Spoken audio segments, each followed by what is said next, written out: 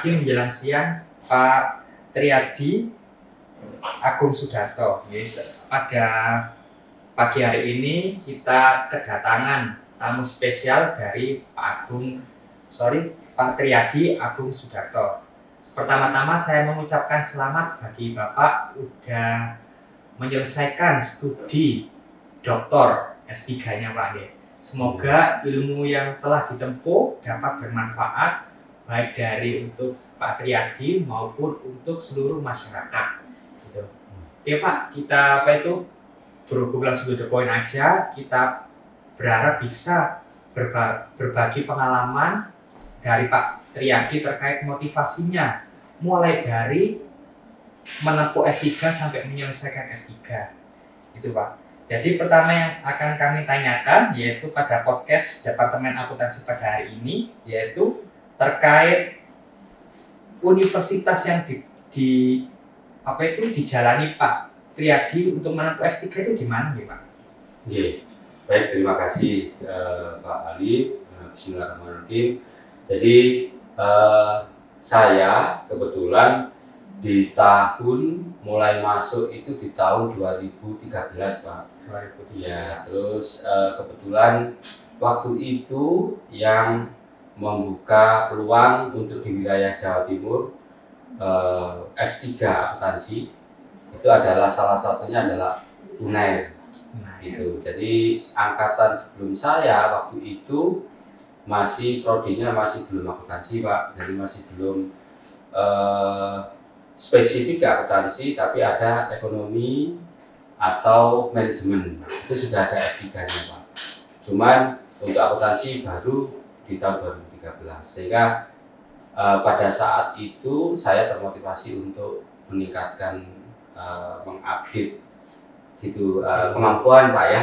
Jadi karena namanya sebagai seorang pengajar harus mau untuk meningkatkan potensi akademiknya, sehingga saya tertantang untuk masuk ke sana. Jadi saya di Universitas Airlangga.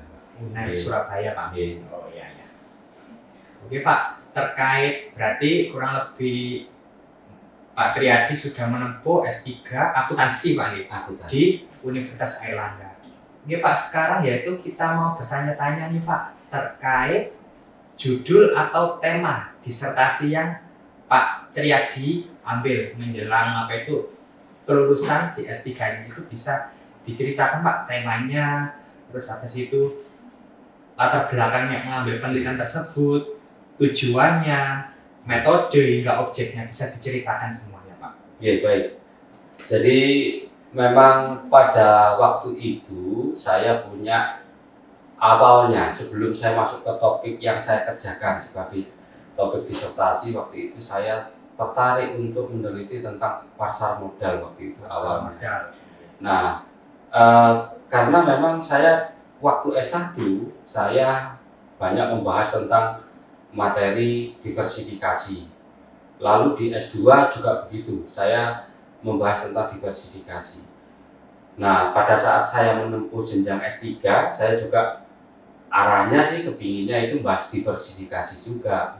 Cuman waktu itu memang kebetulan saya pas waktu mendapatkan promotor, waktu itu kok tidak menemukan titik temu. Itu sampai beberapa bulan tidak menemukan titik temu. Terus saya ditawari oleh salah satu promotor saya, kan promotor yang diinfokan ke saya untuk memandu atau membimbing saya kan ada dua Pak. Jadi promotor satu itu Prof. Bambang Cahyadi dan promotor duanya Dr. Andri waktu itu. Nah terus oleh Prof. Bambang Cahyadi saya diminta coba ini lihat dibaca ada naskah, di mana naskah itu ada problematika yang terkait dengan masalah gula. Nah masalah gula itu sebenarnya sebelumnya sudah diteliti oleh SIDES oleh peneliti nasional. Jadi memang merupakan upaya untuk mendukung program pemerintah di bidang revitalisasi tata niaga gula waktu itu. Nah, saya juga tertantang waktu itu karena UNER waktu itu juga punya istilahnya link, punya komunikasi yang baik dengan PTPN, terutama PTPN 10 dan 11. Nah, saya ditawari, gimana kamu bahas ini aja, coba teliti ini, gitu. Saya coba, saya baca, saya renung. Awalnya saya kurang tertarik karena saya lebih cenderung untuk ke masalah diversifikasi saham atau portfolio. Nah, tapi setelah saya baca, di situ kok ada permasalahan tata niaga gula yang banyak berkaitan, juga ada yang termasuk di daerah Jawa Timur di sekitar tempat saya juga. Itu PG Gempol Grep, Pak. Nah, kebetulan waktu saya di Mojokerto itu saya bertempat tinggal di orang PG. Oh Iya, saya ngontrak di tempatnya orang PG, Pak. Nah, ini saya pikir kayaknya cocok ini, karena nanti saya kalau seandainya mungkin saya butuh data, butuh relasi yang bisa menghubungkan saya untuk eksplor data dan personil di dalam PG, saya bisa ketemu banyak orang, gitu Pak. Nah, termotivasi dari itu akhirnya saya terima, Pak. Nah, waktu awalnya topik yang saya ambil ini adalah faktor-faktor kontingensi yang mempengaruhi financial performance pabrik gula di wilayah Jawa Timur. Jadi awalnya topiknya itu. Nah, seiring dengan berjalannya waktu, ternyata pada saat ujian saya banyak mendapatkan masukan dan koreksi, Pak. Jadi masukan dan koreksi ini menjadikan judul saya yang berhubungan dengan faktor kontingensi harus dijelaskan apa itu isinya. Akhirnya saya ubah, Pak. Yaitu jadi judulnya menjadi pengaruh human capital dan government policy terhadap financial performance dengan business process innovation sebagai variabel mediasi. Oh iya. Jadi nanti ada variabel mediasi tidak langsung ke financial performance kayak gitu. Akhirnya yaitu rekam perjalanan dari topik awal sampai ke topik akhir, Pak. Sampai waktu itu terakhir sudah di tahap ujian kelayakan, berubah lagi judulnya seperti itu karena menyesuaikan dengan koreksi dari masing-masing penguji. Gitu. Berarti apa itu dari penelitian disertasi yang Pak Triadi ambil berarti menggunakan data kuantitatif. Nah, jadi Pak Triadi ini saya sudah membaca terkait profil diseminasi penelitiannya, yaitu kasus pada pabrik gula di wilayah Jawa Timur, Pak. Nah, ini berarti yang diambil ini menggunakan data sekunder atau data primer ya, Pak ya? Iya. Baik, kebetulan yang saya pakai adalah data primer, Pak. Jadi berupa kuesioner. Nah, kuesioner ini saya bagikan ke para manajer atau pimpinan di lingkup pabrik gula yang saya ambil waktu itu sampelnya adalah PTPN 10 dan PTPN 11. Jadi pada pengambilan sampel ini saya sebarkan mereka ini kuesioner. Lalu dari kuesioner ini saya lakukan pengukuran. Pengukuran memang dari jumlah yang saya sebar itu 100%, itu tidak kembali 100, Pak. Ya sekitar 70%-an yang kembali karena berbagai faktor. Mungkin saya cerita sedikit. Waktu saya melakukan penelitian ini, awalnya masih rancangan proposal, Pak ya. Nah, itu di tahun 2019 masih belum COVID, Pak. Oh iya. Masih belum COVID. Jadi saya waktu itu ujian proposal, karena kalau kami di UNER itu waktu itu ada setelah ujian preliminary itu ada ujian proposal, setelah itu ujian kologium, Pak. Ya, kologium. Lalu setelah kologium ada ujian kelayakan, lalu ada ujian tertutup dan yang terakhir terbuka. Waktu proposal ini masih belum ekspor data, Pak. Jadi saya rancangan saya, seperti ini nanti kuesioner akan saya bawa ke sana. Terus saya juga ngobrol-ngobrol sama pimpinan gitu ya, pimpinan pabrik gula di wilayah PTPN 10-11 karena saya sudah mengantongi izin waktu itu. Nah kebetulan ternyata pada 2019 akhir ini tampaknya ada aturan restriksi tidak boleh melewati area tertentu karena COVID-19 waktu Oh itu. iya, itu mungkin itu lockdown. Iya, lockdown. Jadi SBB juga. lokasi perusahaan hanya dibatasi oleh karyawan yang inti yang diperkenankan. Waktu itu saya sudah diizinkan Pak, cuman tidak boleh masuk setelah masuk pada akhir tahun 2019 waktu itu karena lockdown Pak. Seperti itu. Oke, jadi karena terpaksa karena adanya pembatasan area dalam penarikan sampel, saya akhirnya menggunakan Google Form. Tapi bagi pihak manajemen yang tidak bisa mungkin memanfaatkan Google Form, tetap juga versi cetak. Oh iya. Jadi tetap pimpinan yang saya pegang seperti itu. Ada manajer dan wakilnya. Oke Pak, ini terkait dari sampel yang Bapak sebar di pabrik gula di wilayah Jawa Timur. Apakah yang menjadi subjek sampelnya itu ada kriteria tertentu Pak? Seperti mempunyai pengalaman. Sudah, Miss? Sudah. Assalamualaikum warahmatullahi wabarakatuh. Waalaikumsalam.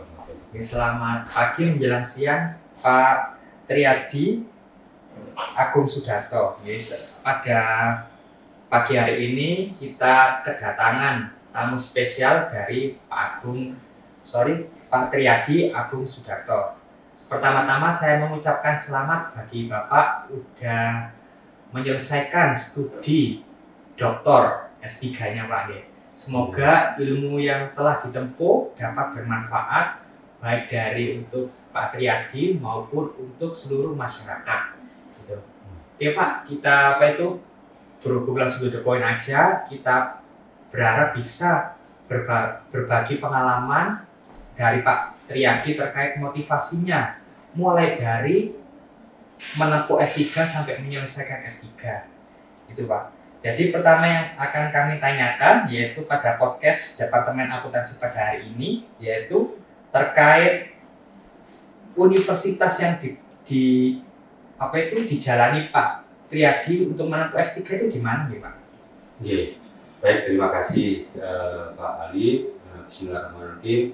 Jadi saya kebetulan di tahun mulai masuk itu di tahun 2013 Pak. 2013. Ya, terus kebetulan waktu itu yang membuka peluang untuk di wilayah Jawa Timur S3 akuntansi itu adalah salah satunya adalah UNAIR. Gitu. Jadi angkatan sebelum saya waktu itu masih prodinya masih belum akuntansi Pak, jadi masih belum spesifik akuntansi, tapi ada ekonomi atau manajemen, itu sudah ada S3-nya Pak.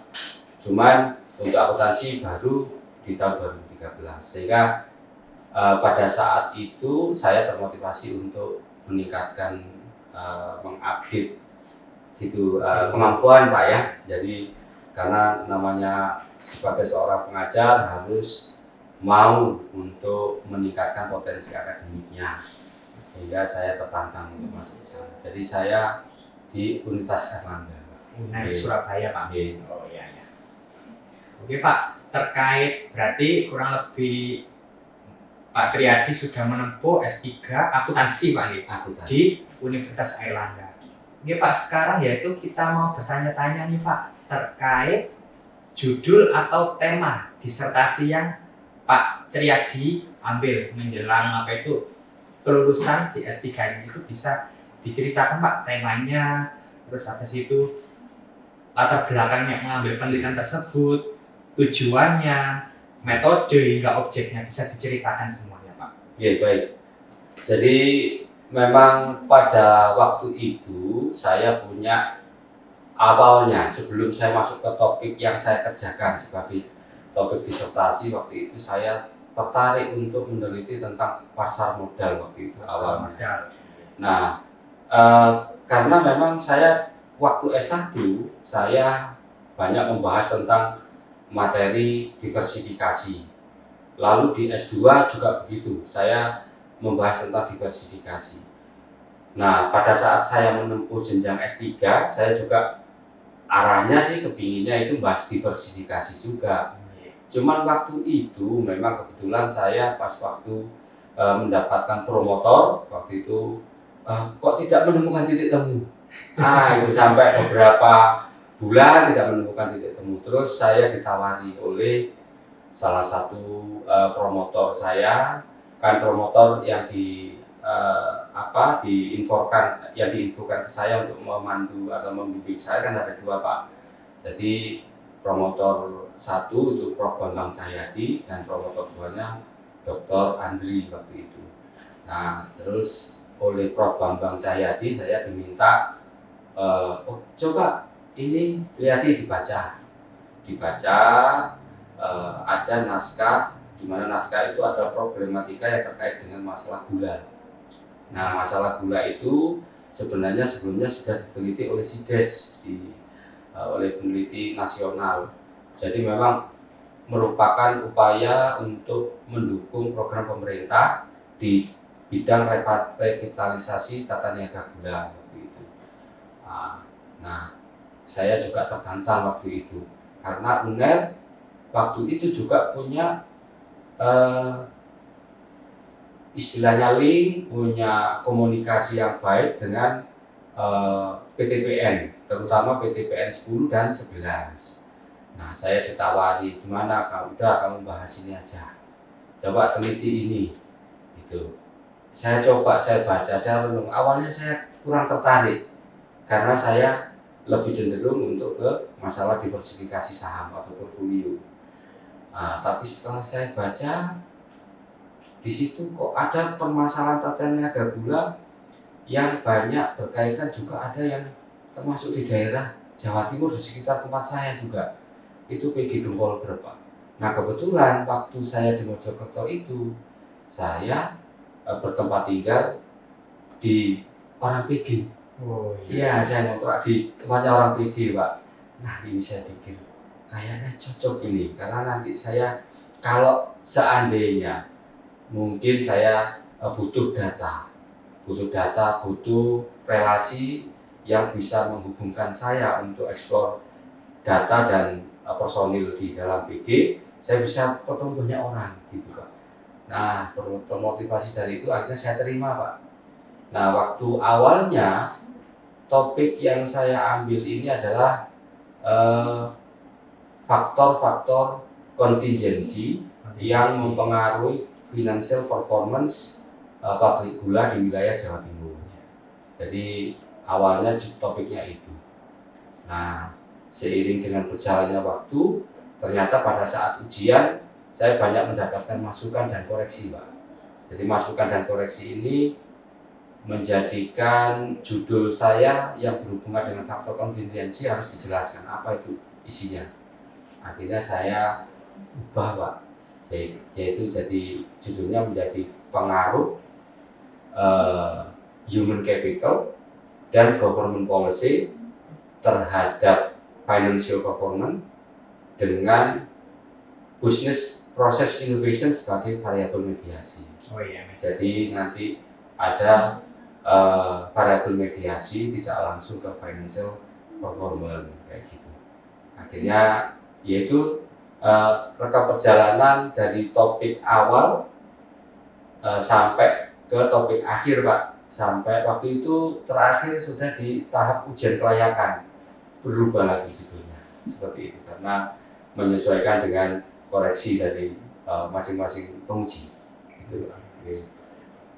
Berarti apa itu dari penelitian disertasi yang Pak Triadi ambil berarti menggunakan data kuantitatif. Nah, jadi Pak Triadi ini saya sudah membaca terkait profil diseminasi penelitiannya, yaitu kasus pada pabrik gula di wilayah Jawa Timur, Pak. Nah, ini berarti yang diambil ini menggunakan data sekunder atau data primer ya, Pak ya? gitu. Iya. Baik, kebetulan yang saya pakai adalah data primer, Pak. Berupa Jadi berupa kuesioner. kuesioner. Nah, kuesioner ini saya bagikan ke para manajer atau pimpinan di lingkup pabrik gula yang saya ambil waktu itu sampelnya adalah PTPN 10 dan PTPN 11. Jadi pada pengambilan sampel ini saya sebarkan mereka ini kuesioner. Lalu dari kuesioner ini saya lakukan pengukuran. Pengukuran memang dari jumlah yang saya sebar itu 100%, itu tidak kembali 100, Pak. Ya sekitar 70%-an yang kembali karena berbagai faktor. Mungkin saya cerita sedikit. Waktu saya melakukan penelitian ini, awalnya masih rancangan proposal, Pak ya.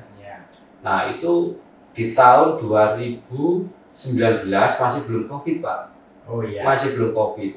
Jadi saya waktu itu ujian proposal, karena kalau kami di UNER itu waktu itu ada setelah ujian preliminary itu ada ujian proposal, setelah itu ujian kolokium, Pak. Ya, kolokium. Lalu setelah kolokium ada ujian kelayakan, lalu ada ujian tertutup, dan yang terakhir terbuka. Waktu proposal ini masih belum ekspor data, Pak. Jadi saya rancangan saya, seperti ini nanti kuesioner akan saya bawa ke sana. Terus saya juga ngobrol-ngobrol sama pimpinan gitu ya, pimpinan pabrik gula di wilayah PTPN 10-11 karena saya sudah mengantongi izin waktu itu.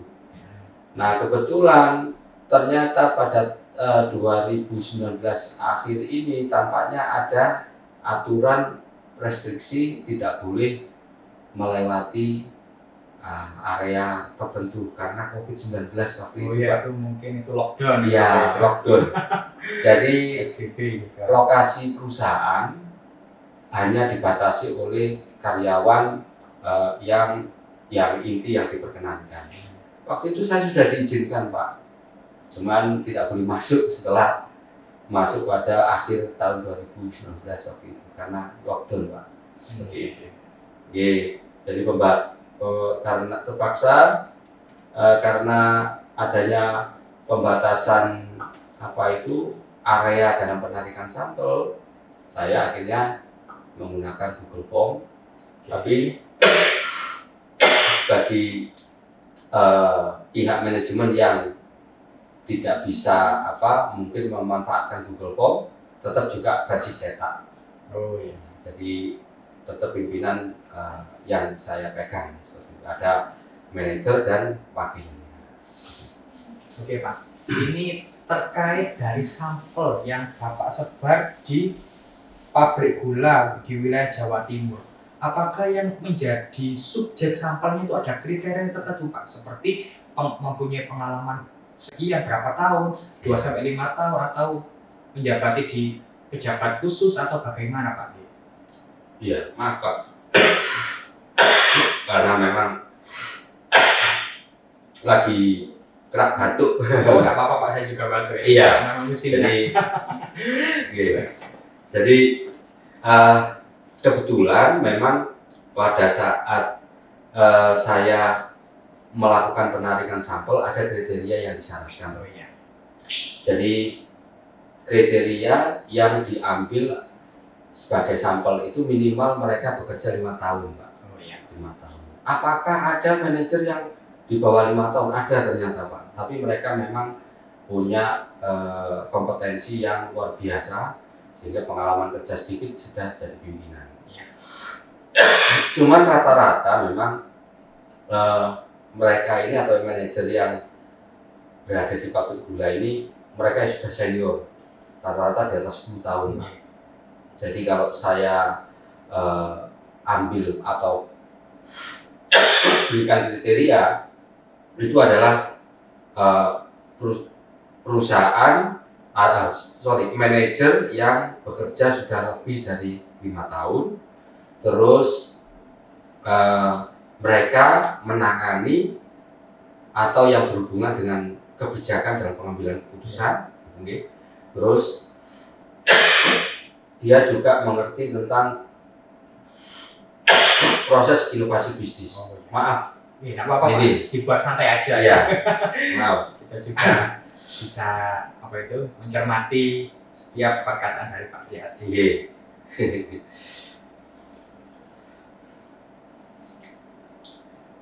Jadi pada saat itu juga yang menjadi kriteria utama bahwa mereka ini mengerti dengan variabel yang saya ajukan. Jadi misalnya seperti faktor kontingensi. Jadi pada saat itu adalah permasalahan human capital, lalu permasalahan business process innovation dan kebijakan pemerintah yang diimplementasikan, dia paham yang penting itu.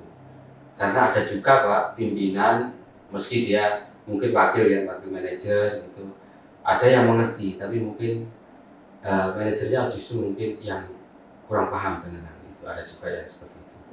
Karena memang tidak semuanya bagi pimpinan-pimpinan pabrik gula itu mereka berpendidikan tinggi itu, tidak semuanya. Oke Pak, terkait udah cukup jelas tadi terkait apa itu sampelnya, mulai seluk-beluk atau itu asam garamnya, mulai dari awal sampai proses penentuan judul itu sangat luar biasa, sangat menginspirasi bagi kami. Jadi menurut kami tidak hanya mahasiswa juga yang yang juga mengalami perjuangan saat proses penelitian, tetapi dosen juga kuliah juga mengalami hal yang serupa. Tapi dengan itu membentuk kita untuk lebih baik. Oke Pak, tadi ya terkait metodologi nih. Dan sekarang yang terkait dari hasil yang dari Bapak melakukan penelitian disertasi itu apa nih Pak? Dari variabel-variabelnya apa berpengaruh atau tidak berpengaruh, itu mungkin bisa dipaparkan. Dan sebab akibatnya itu bagaimana? Baik, terima kasih Pak. Jadi pada saat saya melakukan penelitian yang berhubungan dengan pabrik gula di sini, saya menghubungkan, ada hubungan yang langsung dan ada hubungan yang melalui variabel mediasi. Nah, yang saya hipotesiskan memang di sini adalah human capital terhadap financial performance. Itu yang pertama. Nah, dari hasil pengujian saya menunjukkan bahwa signifikan Pak. Human capital pengaruhnya terhadap financial performance signifikan. Saya temukan begitu. Ini saya belum uraikan alasannya Pak ya. Jadi kalau secara umum memang pabrik gula karena banyak memanfaatkan tenaga kerja, maka tenaga kerja itu sangat signifikan berpengaruh terhadap kinerja. Yang kedua, government policy. Nah, kebetulan yang saya uji karena perusahaan ini adalah BUMN milik negara, maka kebijakan pemerintah saya temukan hasilnya berpengaruh Pak. Jadi pengaruh signifikan. Nah, gilirannya pada variabel mediasi itu ada business process innovation. Secara umum business process innovation ini harapan saya bisa memediasi, karena memang tujuan dari program pemerintah itu adalah memberikan program yang bisa memberikan inovasi untuk pabrik gula supaya kinerjanya lebih tinggi. Bayangan saya seperti itu. Ternyata setelah saya lakukan pengukuran dengan adanya variabel mediasi, ternyata tidak memediasi Pak business process innovation. Nah, saya sampai mencari kenapa kok bisa itu human capital ini kok tidak diberikan variabel mediasi business process innovation, tapi kinerjanya kok tidak naik. Ternyata saya amati, saya dari hasil penelitian tadi, dengan adanya business process innovation, ternyata biaya yang dikeluarkan untuk melakukan inovasi itu ternyata banyak untuk di sisi konsumtif Pak. Nah, sehingga secara umum akhirnya inovasi yang dilakukan oleh pabrik gula terkait hal ini ya, itu tidak bisa meningkatkan hubungan human capital terhadap financial performance, karena itu tadi kalau saya lihat terlalu banyak biaya yang mestinya untuk membuat human capital itu produktif, tapi justru malah untuk upaya yang sifatnya konsumtif. Oh Nah, iya. itu banyak pengeluaran yang sifatnya di luar kebijakan untuk masalah gula malah gitu, untuk bayar apa itu penghasilan sampingan, bayar konsumsi biaya perjalanan semacam itu. Ternyata itu Pak. Itu yang poin human capital, pengaruh human capital terhadap financial performance ternyata tidak dimediasi oleh business process innovation. Yang kedua, yang berikutnya adalah government policy. Government policy juga saya lakukan pengukuran dengan business process innovation. Apakah dia memediasi pengaruhnya terhadap financial performance? Ternyata hasilnya juga sama, juga tidak memediasi Pak. Iya, ternyata kenapa kok bisa seperti itu?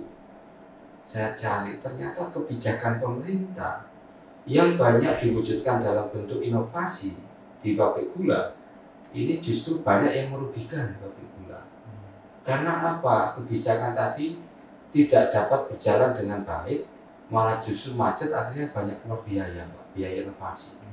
Nah itu ternyata. Jadi secara umum kalau hubungan itu human capital tanpa adanya business process innovation signifikan malah signifikan, tapi dikasih business process innovation malah tidak memediasi.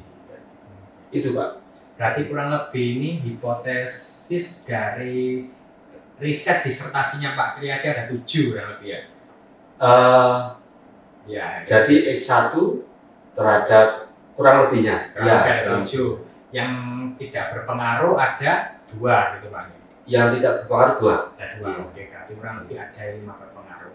Ini Pak terkait ini kan mumpung kita membahas tidak signifikan atau tidak berpengaruh, soalnya banyak pandangan mahasiswa itu kalau misal penelitian itu tidak berpengaruh, berarti penelitian saya gagal.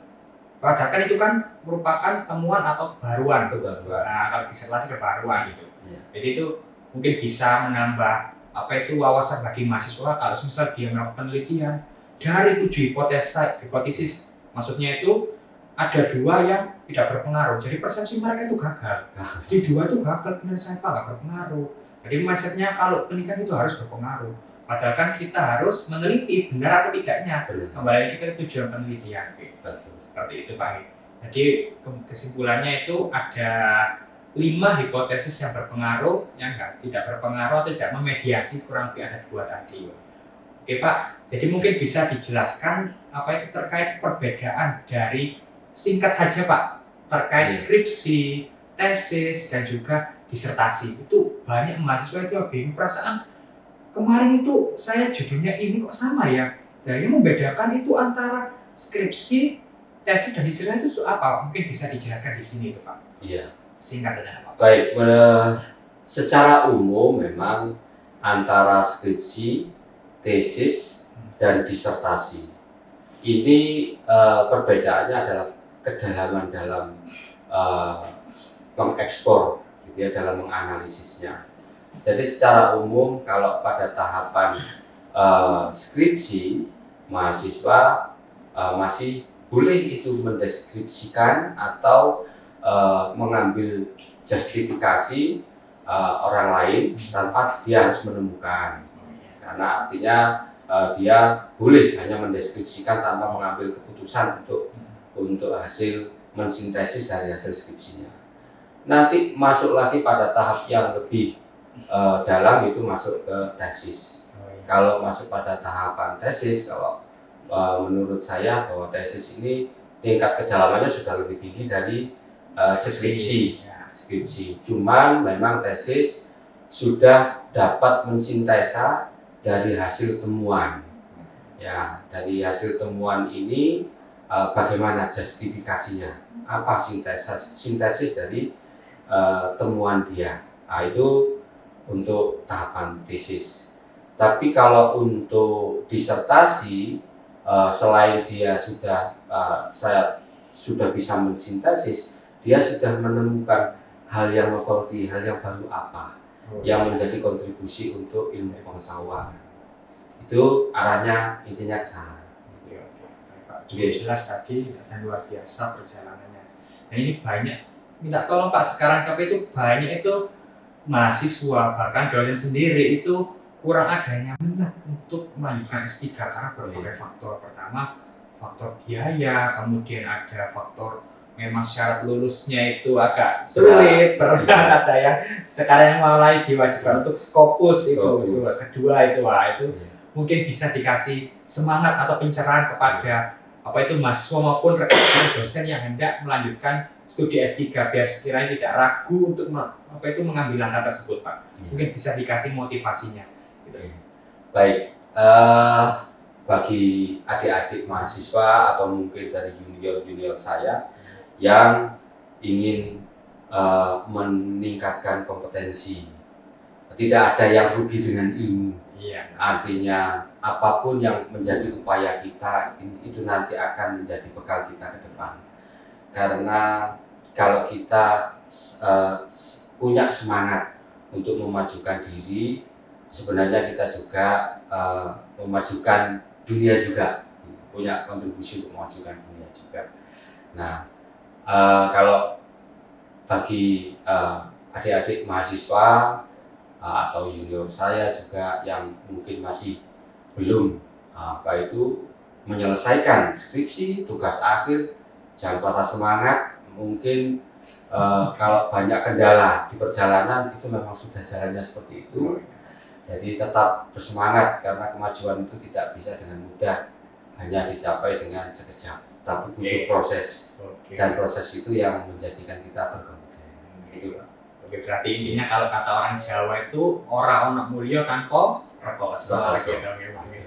Jadi pada intinya itu mungkin dari rekan-rekan mahasiswa atau rekan-rekan dosen itu mungkin bisa disitasi penelitiannya dari Pak Dr. Triadi ini. Jadi bisa mungkin dari yang skripsi itu bisa dikembangkan atau bisa disitasi. Jadi dari riset disertasinya Pak Triadi.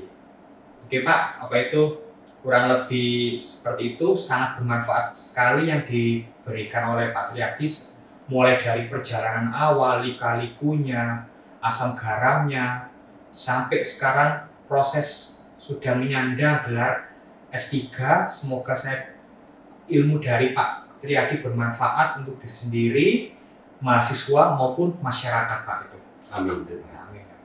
Oke, kurang lebih seperti itu podcast Departemen Akuntansi pada hari ini. Mungkin kita tidak kalah menarik untuk di podcast yang berikutnya. Oke, saya akhiri. Wassalamualaikum warahmatullahi wabarakatuh.